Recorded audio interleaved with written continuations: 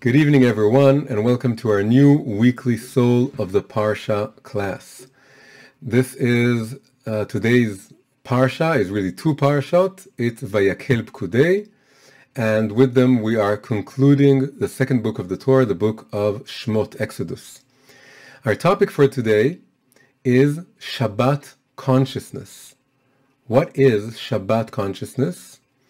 And especially, how do we maintain Shabbat consciousness throughout the week? How can we take the light and the inspiration of Shabbat and carry it with us into the week, into the weekdays, so that we can experience the entire week as one long Shabbat? As we say every day, when we say the Psalm corresponding to that day, we say Hayom Yom Rishon B'Shabbat, Hayom Yom Sheni B'Shabbat. The entire week is called Shabbat, so we want to actually experience that and actualize that. We want to feel the entire week is Shabbat, and that starts every Motzei Shabbat when we want to take the light of Shabbat and have it flow into, seep into the weekdays. So this is our topic for today. What is Shabbat consciousness, and how can we take it into the weekdays? The main topic of these two parashot, the two concluding parashot of the book of Shmot, Exodus, almost all years that are not leap years, we read them together, and this year this is how it goes. Their main topic is the construction of the tabernacle, the actual construction of the tabernacle. We have already encountered the detailed instructions as to how to build the tabernacles in the previous portions of Truma and Tetzaveh, and then the beginning of Kitisa, the previous parsha. But now these two parashot describe the actual construction of the tabernacle. Interestingly, all this is taking place after the events of the previous parsha, that is after the giving of the second tablets. And it's the actual construction, when the tabernacle is put together, it's very close to the date that is actually we are now in the year cycle, which is the first day of Nisan. Sunday is going to be the first day of Nisan, right? So this coming Shabbat is Shabbat Mevarchim. It's the day that we bless the new month of Nisan, which is really the first month of the Jewish calendar when you look at the months. So Nisan is the first month, and this is when the tabernacle is constructed. So as usual, we're going to talk about the first segment. For those of you who don't know, this year we're focusing on just the first aliyah, the first segment of each parsha, but we do want to have a broader context of what the parsha is about and where is it situated in the broader narrative.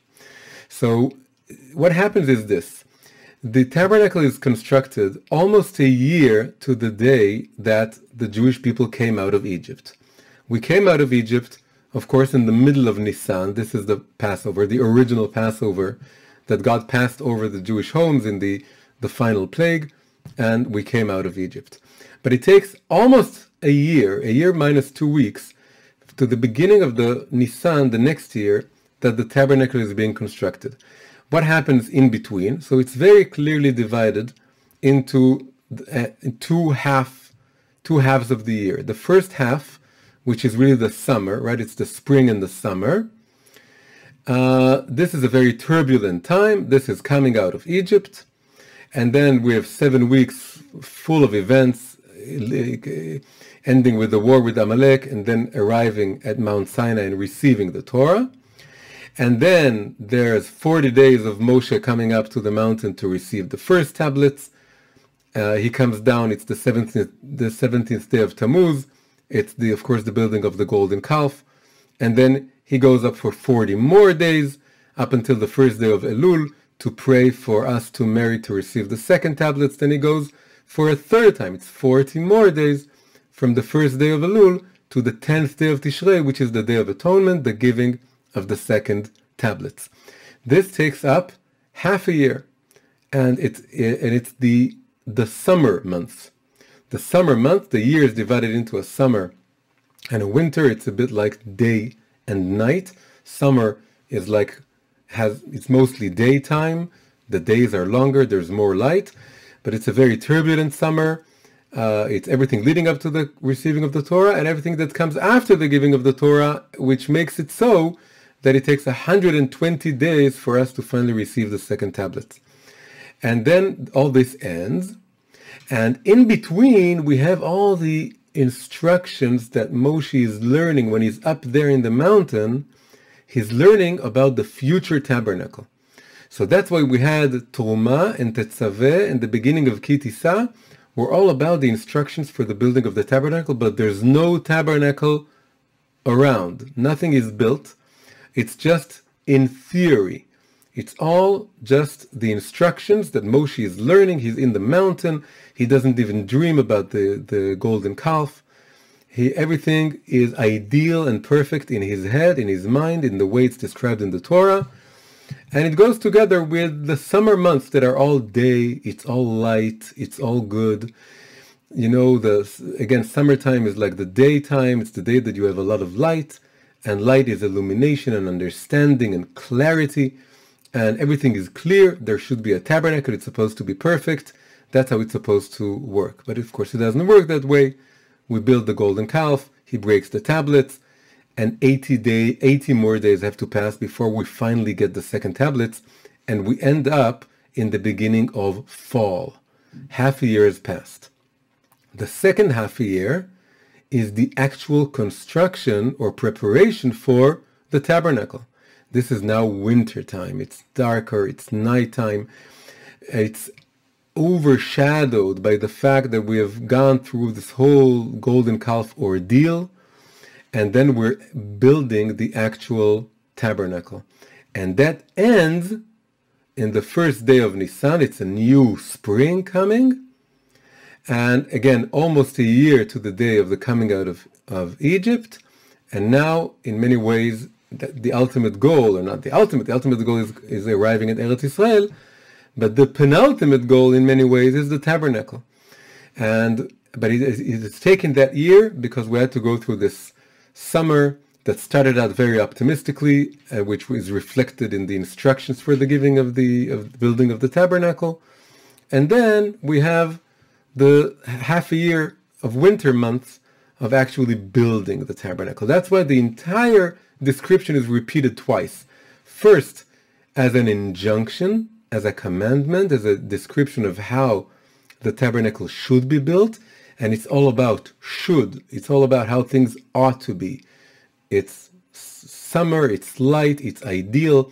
Moshe is in the mountain, is dreaming of perfect dreams of perfect tabernacles.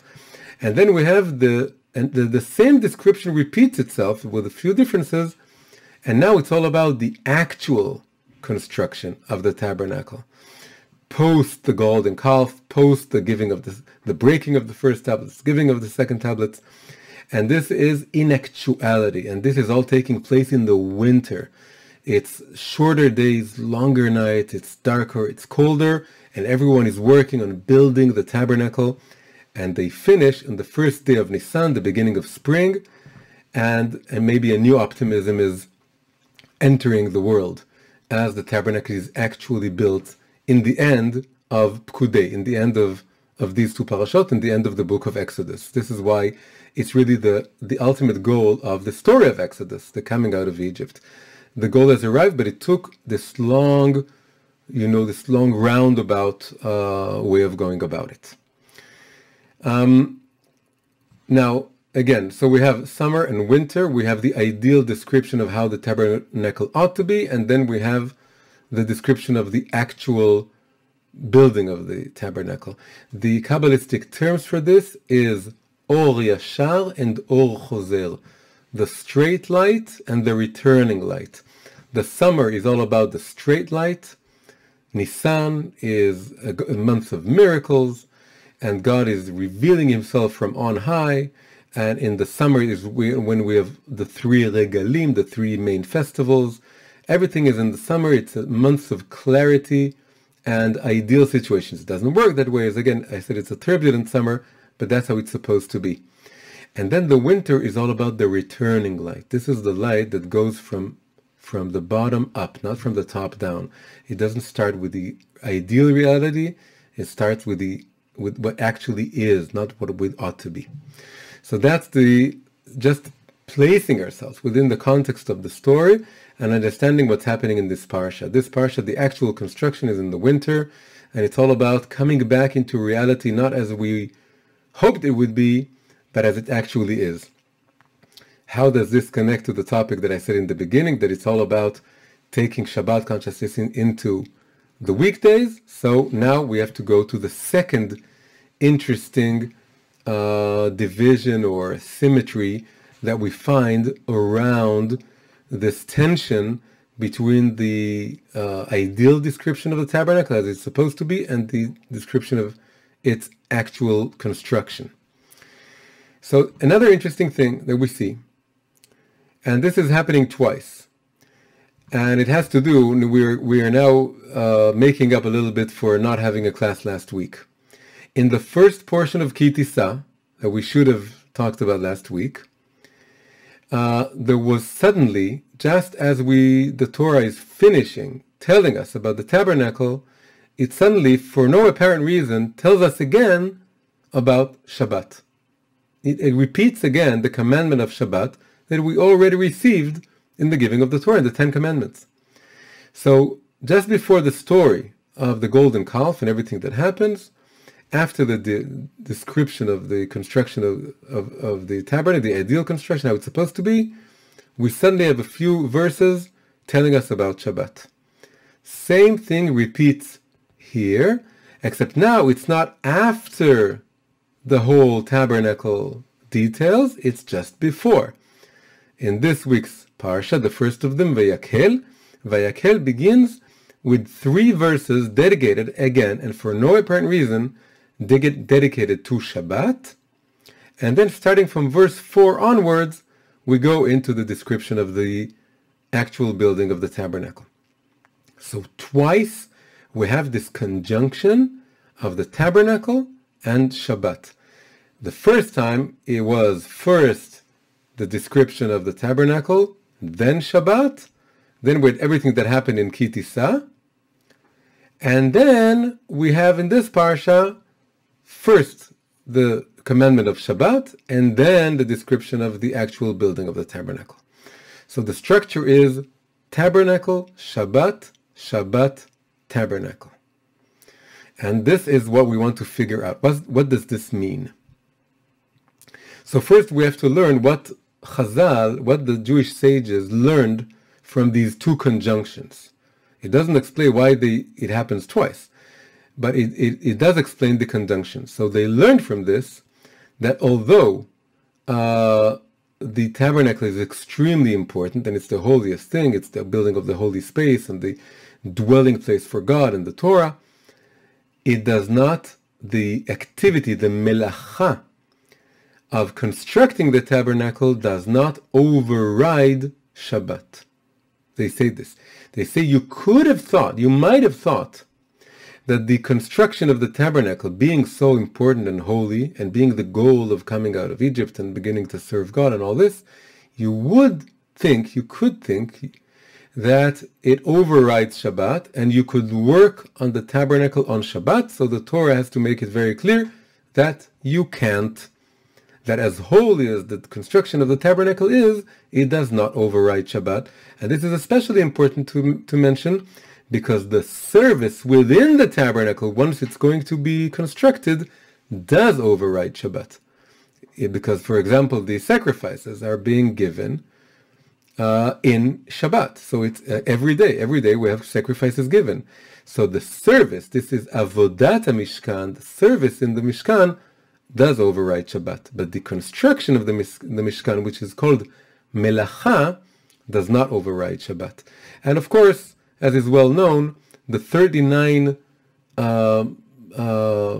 activities, Avot Melacha, the types of activities that are forbidden on Shabbat, we all learn this from the different activities that surrounded the construction of the tabernacle. So this is how we know what Shabbat is all about. We wouldn't have Shabbat if we didn't have this conjunction between Shabbat and the tabernacle, especially in this parsha. And this parsha, it's from a verse in this parsha that this connection is being made, that how do we know which melacha, which action is prohibited on Shabbat?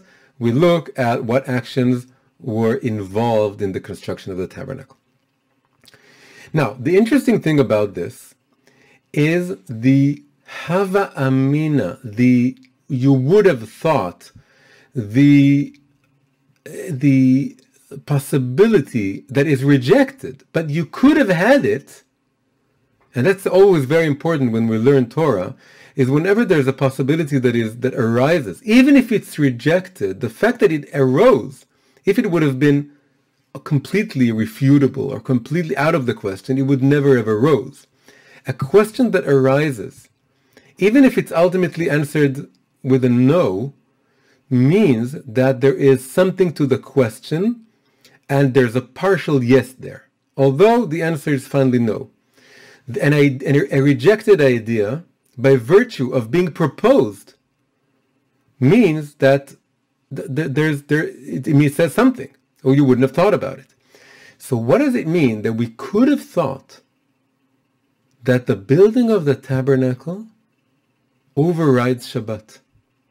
It means that although it's an activity, a secular, weekday, physical activity, there's something about it that's so refined, that's so illuminated, that's so holy, and also maybe that's so Shabbat-like that we could have seriously considered we can do it on Shabbat, and it's not called violating the Shabbat.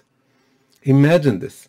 Imagine a certain action that is on the surface violates Shabbat, but the way it's done, or the context in which it's done, seems to suggest that it doesn't violate Shabbat. It's a Shabbat-like action. So finally, we know that it isn't. You can do it on Shabbat. It's only for the 6 weekdays. But the fact that we could think this means that there is a kind of illustration here of certain actions, and of course it's the same actions. It's the same 39 actions that are prohibited on Shabbat. But in the context of constructing a tabernacle, you could think that it's okay to do it on Shabbat.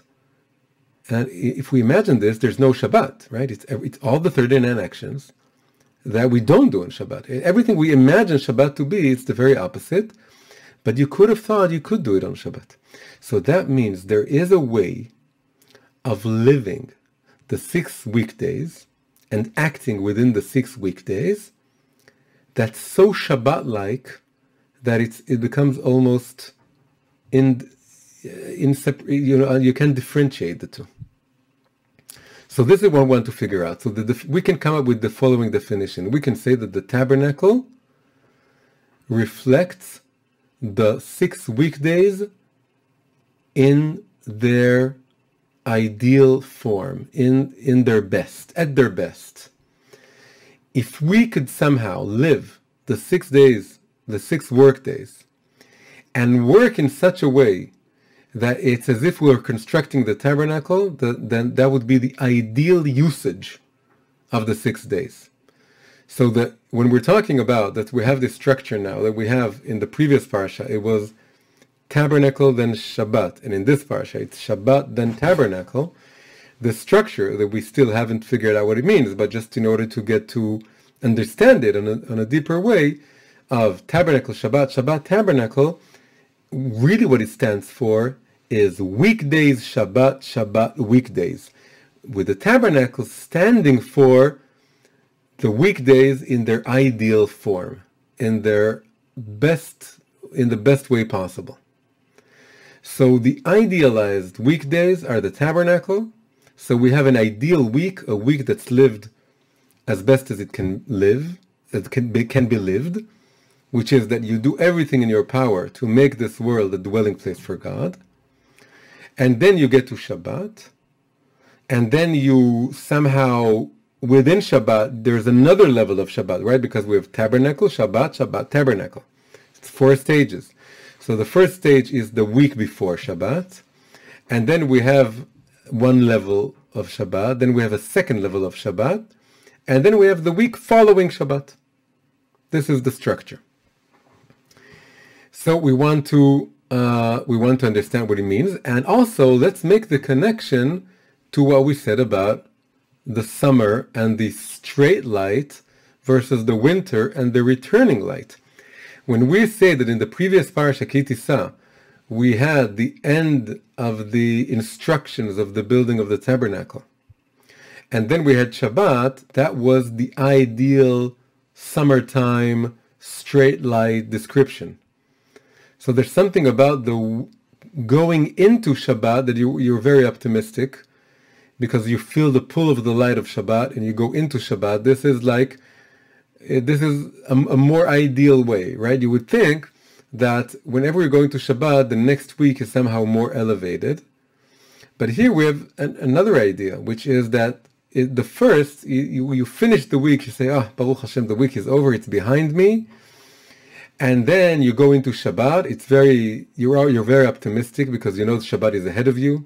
So you're going into Shabbat. That was in Ki Tisa. That was before everything that happened in Ki Tisa, and that was still in the summer. And then, but when we're talking, so this is Erev Shabbat, right? The first Shabbat is like Erev Shabbat. We have the week and then Erev Shabbat, and then in this parasha we have Shabbat itself, and then Motzei Shabbat and going into the week. Here now it's darker. It's actually, by the way, darker because when you light the Shabbat candles, it's still daylight. That was like the previous Shabbat being in the summertime. But when you do Havdalah, it's when it's already dark. So this is like this week's Shabbat Tabernacle, Shabbat Motzei Shabbat, coming into the new week. You're in the dark, and the week has only just begun. You don't know what it's going to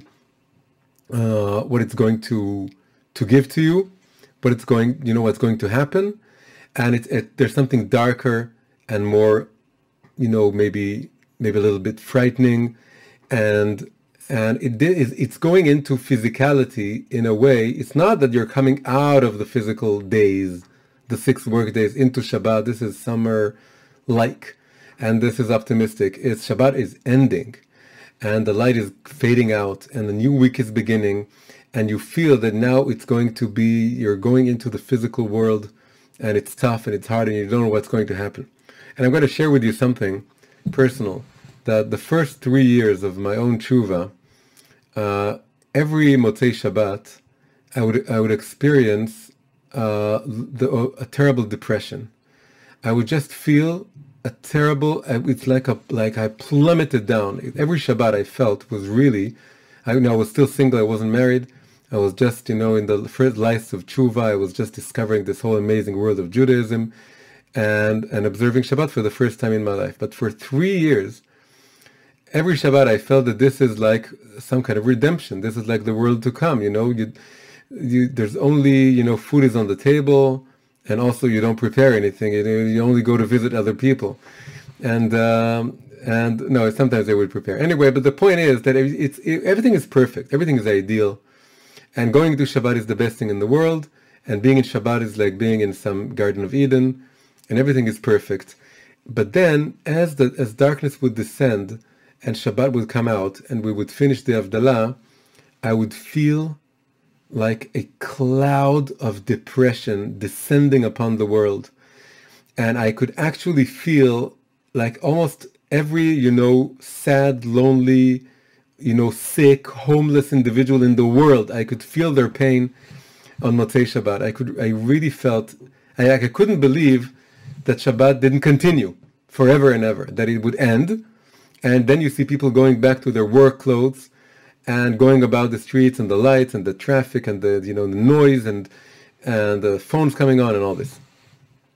And the only thing that kept me going was there's a psalm that you say on Motzei Shabbat. It's Psalm 91, and it says, "Lo tira mipachad laila michetz yauf yomam." You need not fear the terror by night or the arrow that flies by day. And then goes on. It says, "Yipol mitzidcha elef urvava miyaminecha." 1,000 arrows may fall at your left side, 10,000 at your right, but it shall not reach you. Elecha lo yigash, you're protected. And I felt that psalm was sort of giving me protection to enter the new week of uncertainty and darkness and confusion, and it's sort of guarding me. I said 3 years. It only changed when I got married. When I got married, it began to be alleviated. Maybe because when you get married, it's built like building a tabernacle. So it turns the weekdays into something else. It gives you a different context. And also I felt that if there's a little bit of salvation or redemption for one person, then maybe all the other sick and sad and lonely and homeless, people that I would think about, every Motzei Shabbat I would think about them. I would still think about them, but I felt that there's hope, because for me personally, I found hope. So anyway, this is just a personal experience that I like to share, because it's really connected to this, what's happening in this portion. In this portion, it's the transition from Shabbat to the tabernacle, and again, not the tabernacle as an ideal instruction, but as an actual description of thing going on. So this is the real thing, and we're going into the real thing, and it's winter, and it ends in the spring. So there's an atmosphere of darkness and uncertainty, and also again it's overshadowed by the sin of the golden calf that we had in the previous parsha. Now, in order to understand what's going on here, and how do we understand this transition from the tabernacle or the weekdays into Shabbat, and especially from Shabbat into the new week, because this is the topic of this parsha and this class, is we want to just bring something beautiful that the Kedushat Levi, Rabbi Levi Yitzchak of Berditchev, great Hasidic sage, he pointed out something very interesting that's going on in the first verses of this parsha of Vayakhel. He says, I said the first 3 verses are about Shabbat, and then starting verse 4 onwards it's about the tabernacle. So the first verse, which is about Shabbat, verse A, says about Shabbat, these are the things that God commanded that we should do. We should observe the Shabbat. But then, verse 4, when he's about to move into the building of the tabernacle, it says, this is the thing that God commanded to say. Right? It's le'emor, for Moshe to tell us what to do. This is very interesting, because Shabbat is all about not doing, it's all about speaking, because Shabbat is all about Torah and tefillah, prayer. It's about learning Torah, you do that with speaking, and it's about praying, it's also speaking. It's all words. But it says, about Shabbat, it says, Ele advarim asher tzivah Hashem la'asot otam, to do, and the tabernacle, in which you would think you don't talk so much, you work. It's a lot of work, you don't talk so much, you work quietly. It says, Ze hadavar asher tzivah Hashem le'emor. So the Kedushat Levi says, it's paradoxical, it's the opposite of what you would think. On Shabbat, he says, we rectify the world of action. We don't do action on Shabbat, but we rectify the world of action. And in the weekdays, again, lived ideally, what we're doing there is we're constructing a tabernacle of sorts. We're rectifying the world of speech, although we don't speak necessarily so much, at least not holy speech. It's mostly about action, but we rectify the world of speech. So there's something very interesting going on here. In a way, somehow, Shabbat, which is a day of inactivity, it's all about, this is somehow the root of rectifying the world of activity. And the weekdays, which are all about activity, somehow rectify the way we speak, the way which is really our spirituality. Our spirituality depends on the weekdays, and our physicality, going into the world of action, depends on how we spend our Shabbatot. The opposite of what you would think. So it means that these two elements, tabernacle and Shabbat, they're somehow infused or suffused one into the other. They affect one another in a deep, deep way. That it's davka, the days of activity, that are the source for the holy speech that we want to experience in Shabbat. And in Shabbat, in which we spend the whole day just learning Torah and praying, it's somehow the key to living properly in the weekdays, the work days. So let's now go over the 4 stages and think about it in this way. So we have the week before Shabbat, then we have the beginning of Shabbat, which is still connected to the previous week. Then we have the end of Shabbat, which is more connected to the next week. Then we have the next week, right? Mishkan, Shabbat, Shabbat, Mishkan. Tabernacle, Shabbat, Shabbat, Tabernacle. So first stage, Tabernacle, is the weekdays before Shabbat. In what way do we rectify the world of speech in the week preceding Shabbat, as we're going into Shabbat?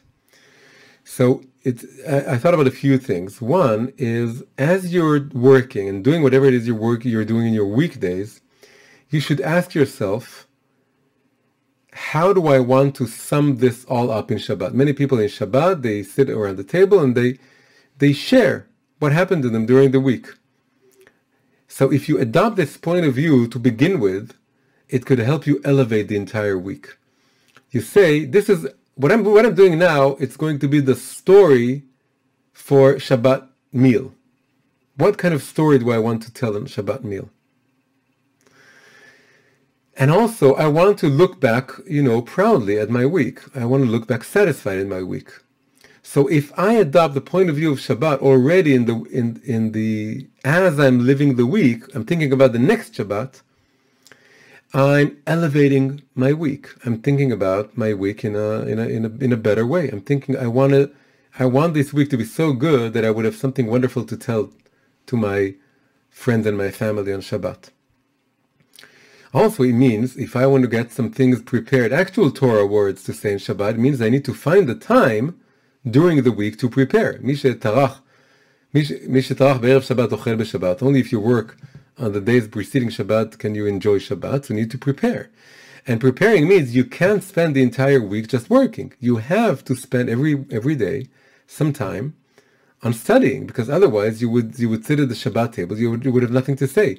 So you need to think about the words of Shabbat during the week. It all depends. The spirituality of Shabbat depends on the week. So this is the first element. This is the tabernacle leading into Shabbat, the weekdays leading into Shabbat. Then you have the first element of Shabbat. The first element of Shabbat is mostly Friday night. It's Erev Shabbat, Leil Shabbat. And this is called Shabbat Tata'ah. It's the lower aspect of Shabbat.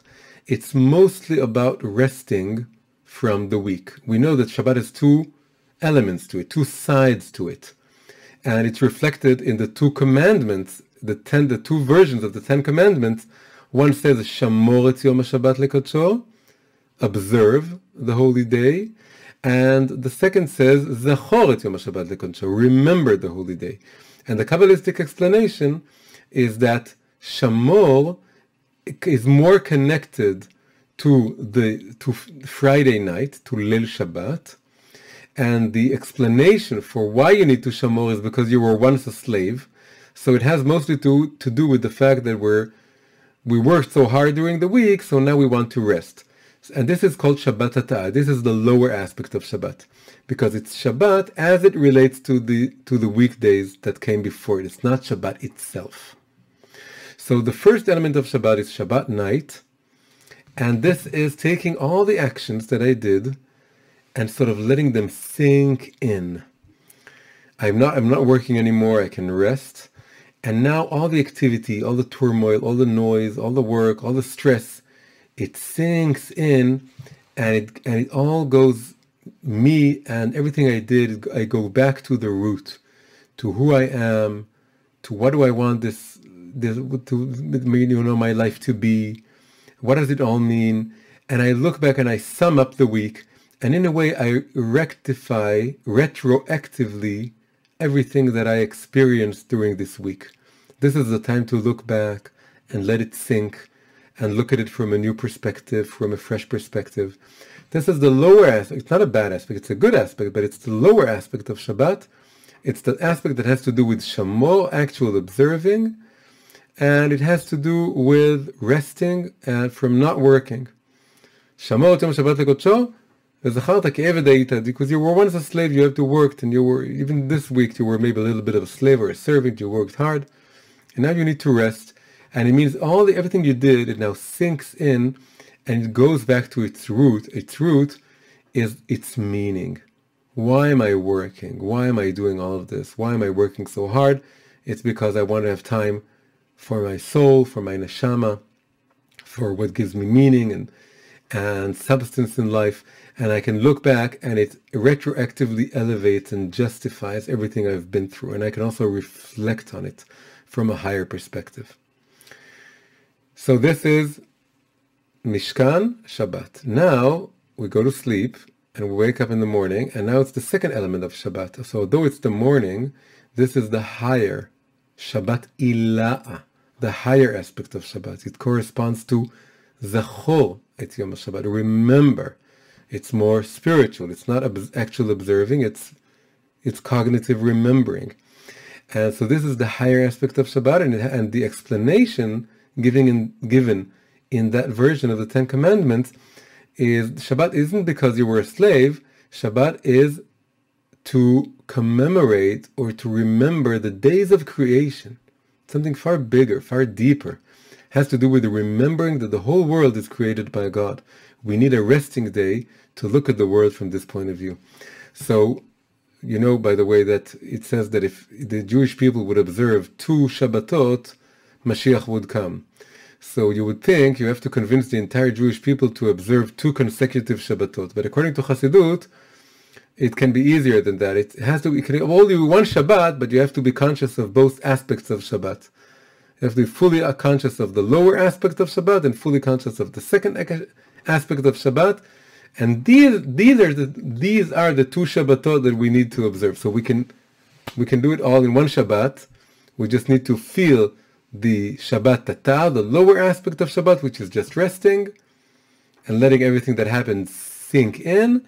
And then we also have to experience the higher aspect of Shabbat, which is looking at the world and remembering that it's all created by God and it's full of divine light and so on. So on the second, now we're getting ready we're absorbing energy. We're not summing up the previous week. We're getting ready for the new week, right? We moved to this parasha. We talked about Tabernacle, Shabbat. That was previous parasha. This parasha, it's Shabbat Tabernacle. So we're talking about Shabbat as it relates to the following days. So now Shabbat is all about getting energy to go into the new week. And now this is something higher and deeper. And really it's all about connecting to a certain mode of restfulness, of letting go, of a kind of passive acceptance of everything that's going on that we want to bring into the following week. This is what I talked about in the opening of this class. We want to, on the higher level of Shabbat, we want to connect to the very essence of Shabbat and somehow take it into the following week, because it's the higher aspect of Shabbat, the second Shabbat, that is adjacent to and is leading into the new week. And then in the new week, right, the final Mishkan, the final element in this 4-stage series of elements, is now it's all about returning to doing our works in a post-Shabbat consciousness, that Shabbat is still with us and we're carrying it into the week. Not that we're preparing for a new Shabbat, a new fresh page. Remember, this is the winter parsha. Now we're going into the experiences we're going into. It's Motzei Shabbat. It's dark. We need to light a fire. We need to smell something powerful to bring us back into the world, and we need to summon the strength that we would need to go through this week and to go through the darkness of this week. And the source is in Shabbat. So now let's look at 2 important ways from 2 different places in Chassidut about how to bring Shabbat consciousness into the weekdays. So the first idea is brought from the Lubavitcher Rebbe. The Lubavitcher Rebbe looks at the second verse, and we'll read it, and it's a small but important detail. So in Hebrew it goes like this: Sheshet yamim te'aseh melacha uvayom hashvi'i yeh lachem kodesh Shabbat Shabbaton leHashem. By the way, I didn't say this before, but it's very interesting. We have 5 words here. Yihye lachem, uvayom hashvi'i yeh lachem kodesh. On the 7th day you should have a holy day. The acronym, the first 5 letters, are Vayakhel, the name of the parsha. It's the second verse of the parsha, and very beautifully, the name is reflected in these 5 words. So although the topic of the parsha is the building of the tabernacle, there's this very interesting allusion or hint that it all hinges on Shabbat, that it's just 3 verses in the very beginning. But the second of them, the main one, contains in a secret way the name of the entire parsha. So it's like saying you want the key to building the tabernacle. The key is in Shabbat. That's like like a key when you in cryptography, when you want the key to deciphering something. So the key to the tabernacle is within this verse. Anyway, the word that is important for us here is even before that. Sheshet yamim te'aseh melacha. If you would look at this verse without the pronunciation marks, the equivalent of the vowels, right, in Hebrew, without the pronunciation marks, you would think it says Sheshet yamim ta'aseh melacha. You will do actions on the 6 days, but don't do them on the 7th day. But it's not what it says. It doesn't say ta'aseh melacha. It says, and if you're reading the Torah on Shabbat and you don't have the pronunciation marks, you need to know this very well. It doesn't say ta'aseh, it says te'aseh, which translates as for 6 days, work shall be done or may be done. But it shall be done. For 6 days, work shall be done, but on the 7th day, it's a holy day, and don't do any activity. So the Lubavitcher Rebbe says this is very, very important. The sages, Chazal, they also noted this, and they said their explanation was when the Jewish people merits it, then all their work would be done by others. We would have people doing the toiling of the week for us. That's a very pshat, or a very physical explanation. But the Lubavitcher Rebbe, right, like all Hasidim interpreters, he wants to go deeper. So he says, what does it mean in a deeper spiritual way? Te'aseh melacha.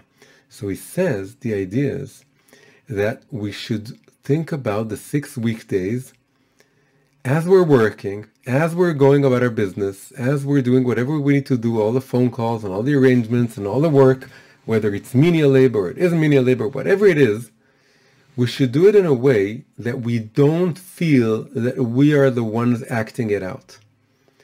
This is ta'aseh, you shall do, but it's not what it says. It says, Sheshet yamim te'aseh melacha, work shall be done. It's almost like saying on its own. Somehow of its own, it'll do itself. You are just a conduit. You are just the work. Everything you do passes through you. So says the Lubavitcher Rebbe, this is Shabbat consciousness taken into the weekdays. When you take Shabbat consciousness into the weekdays, then in Shabbat you don't do anything. Everything is pre-prepared. It's all done already. It's all, maybe you prepared it, but now you're not preparing anything. So it's as if your previous self prepared it for your present self. So it's all prepared. All the more so if someone else has prepared it. It doesn't matter. It's already prepared. It's already made. You don't do anything. You don't cut anything. You don't write anything. You don't erase anything. You don't prepare. You don't cook anything. It's all there. So taking this consciousness into the weekdays, you have to think, well, now I am going to be doing things, right? But I want to do them in such a way that I feel that they are being done through me, not that I'm doing them. This is the Lubavitcher Rebbe's idea. Te'aseh. It's not you doing. He takes a verse from Psalms 128, second verse. It says in Hebrew, Yegia kapecha ki tochel ashrecha v'tov lach. Translated literally, not necessarily the translation you will find, but the exact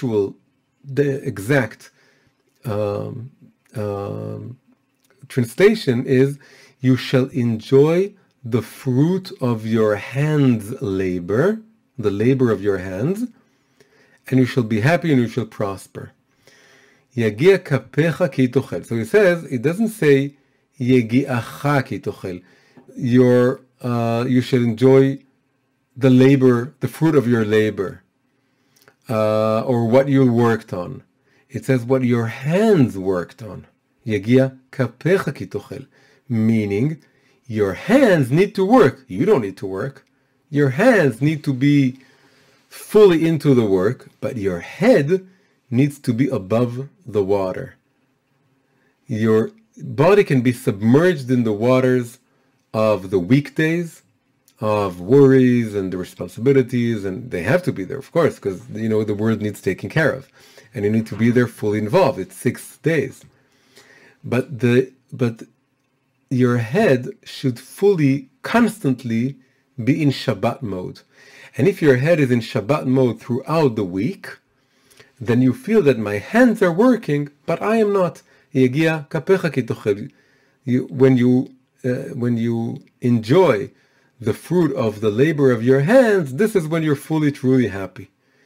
You're not fully, truly happy if it's your own self that's invested in the work, because then you sink into the real world with all its worries, with all its stress, with all its turmoil, with all its noise, with all its forgetfulness, and then you're totally invested in your work, and you forget what this is all for, what you are about, what God is about, what the world is about, what other people are about.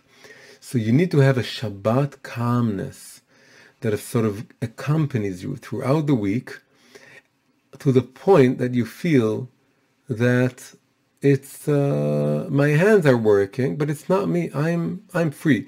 It's a bit like snorkeling, that you're in the water, but you have this channel connecting you. So in a way, your head, or the source of your air, is above the water. You're not fully, absolutely submerged. You have something that connects you above. In Hebrew, of course, the word for the secular, the weekdays or the work days is Yemei Chol. Chol is secular, or the opposite of holy. It's the regular days, it's Chol. Chol in Hebrew is also sand. So we can imagine someone scuba diving in the sand. He's submerged in quicksand. He's sinking into the quicksands of reality, but he needs to have a snorkel. If you have a snorkel, then you're not going to drown in the quicksand of Yemei HaChol, Yemei HaChulin. Your hands will be there, but your head in some way will be above the sand or the water or the above the surface, and you're going to be connected to this light. So this is the first the first element that we have here.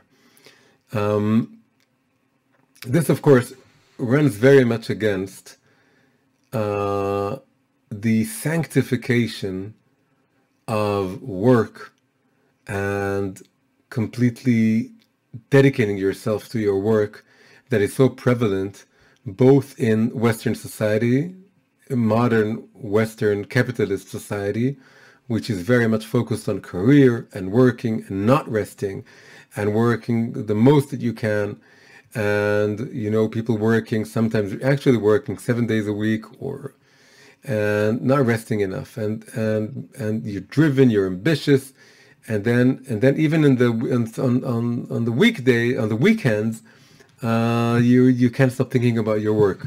And it also goes against what was very fundamental to the Zionist movement, which was called, Ade Gordon's, one of the great founders of Zionism, secular Zionism, was that he spoke about the religion of work, of toil. He says, my religion is work. I don't worship the Hebrew God. I don't worship the Judaism. My religion is work. And they would work every day in the kibbutzim, inspired by his writings and teachings. So we're talking about the opposite. It's not neglecting the world. It's not asking other people to do it for you. It's working and being very, industrious, but it's doing so in such a way that you're not fully invested. Because if you're too much invested, you drown in the quicksands of thinking about this world. So the key to taking Shabbat consciousness into the weekdays is maintaining this atmosphere that I'm not really doing anything here. God is doing everything.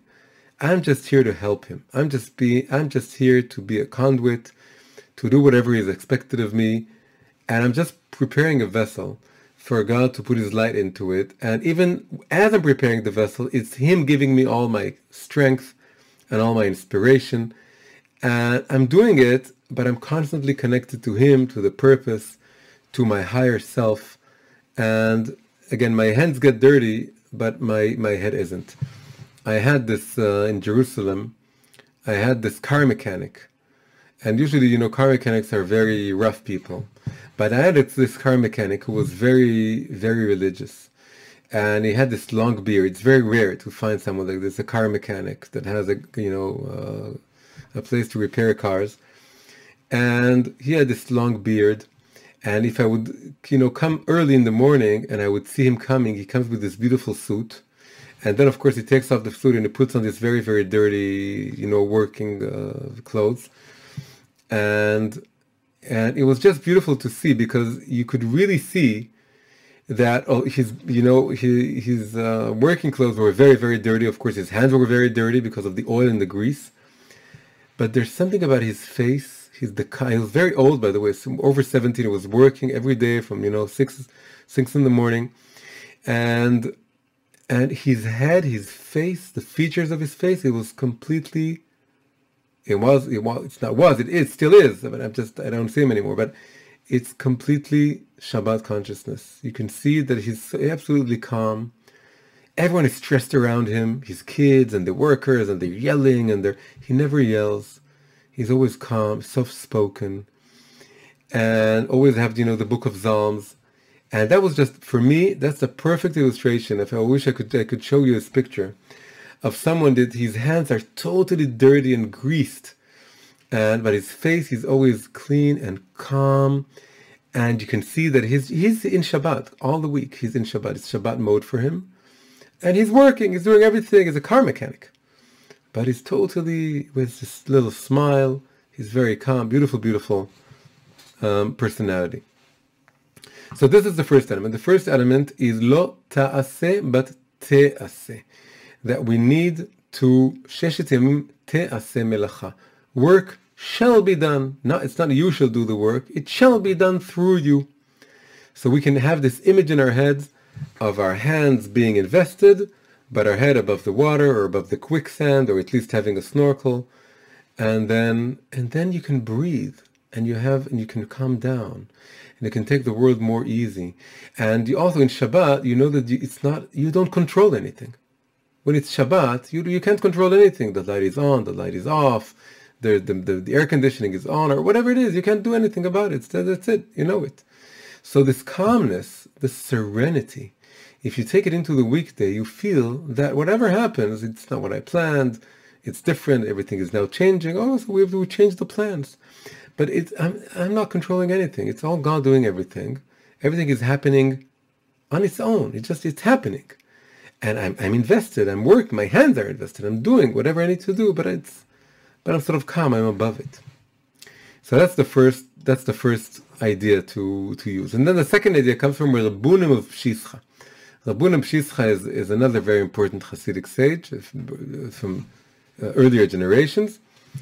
And he pointed out the same thing that the Kedushat Levi pointed out, that it says, what is it? It says about Shabbat, it says, Asher tziva Hashem la'asot, lo asher tziva Hashem le'emor, that Shabbat is the source of rectified actions, as we said before.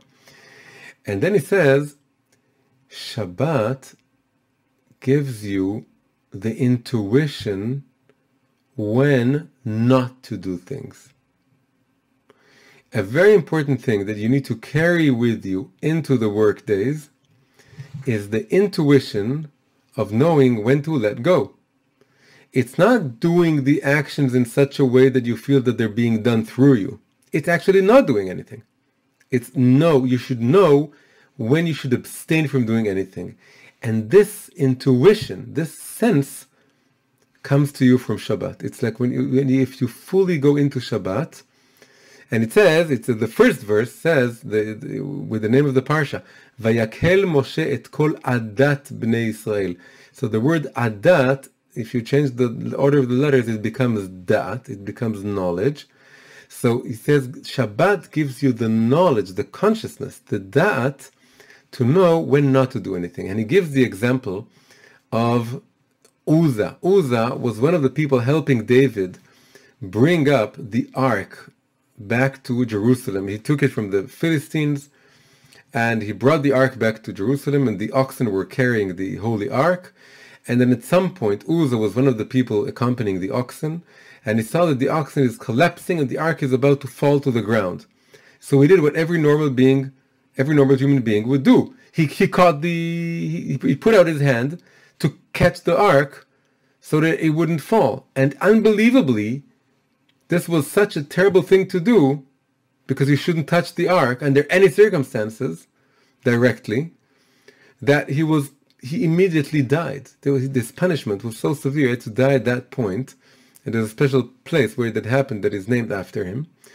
And the idea was that he should have trusted for the ark to levitate above the ground. That's what it says in the book of Kings. He should have trusted that nothing would happen. And he should have known that at some moments the point is not to do anything. He thought that he needs to do something. It was wrong. When it's the ark carries itself. Don't you believe that the ark carries itself? How can you not believe this? Of course the ark carries itself. If the oxen would collapse, the ark would remain in the air. Isn't it obvious? And if you put out your hand, you're missing the whole thing. So knowing those moments that Uzzah didn't know, but he gave us this important lesson that we need to know. So says Rabbunim of Shischa, there are moments in the weekdays that you need to be really in Shabbat mode, not like we said before, Shabbat mode in the sense that you're doing, but you're not really doing, your hands are invested, but you yourself are not invested, you keep your head above the water. No, you really need to be Shabbat-like. You just need to not do nothing. There are moments that we need to do nothing. Things happen, they're out of control, and you need to be in Shabbat mode. I can't control this. And needs to play out, whatever needs to be played out, and then we'll see what happens when the dust settles, and then we'll talk about it, then we'll make decisions, and we'll do things. But right now, we can't do anything. And having that consciousness, this dat, comes from observing Shabbat. So these are two beautiful, beautiful ways of how to take Shabbat consciousness and take it into our weekdays. The first is, while we're doing things, to do them in such a way that we don't feel that we are the ones creating them and we are the ones doing them and it's all about our actions and it all depends on us. No, we're conduits and it's happening through us. And the second is recognizing the moments that you need to totally let go and not do anything. And even if it appears to be a good thing to do.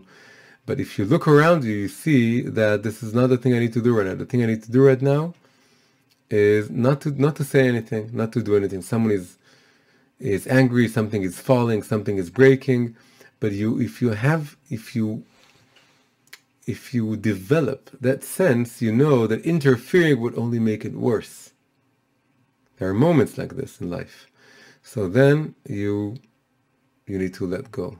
So these are two ways, one a relatively more active one and the other one a more passive one, two ways in which we can and should take Shabbat consciousness and take it into the week, into our weekdays, our work week.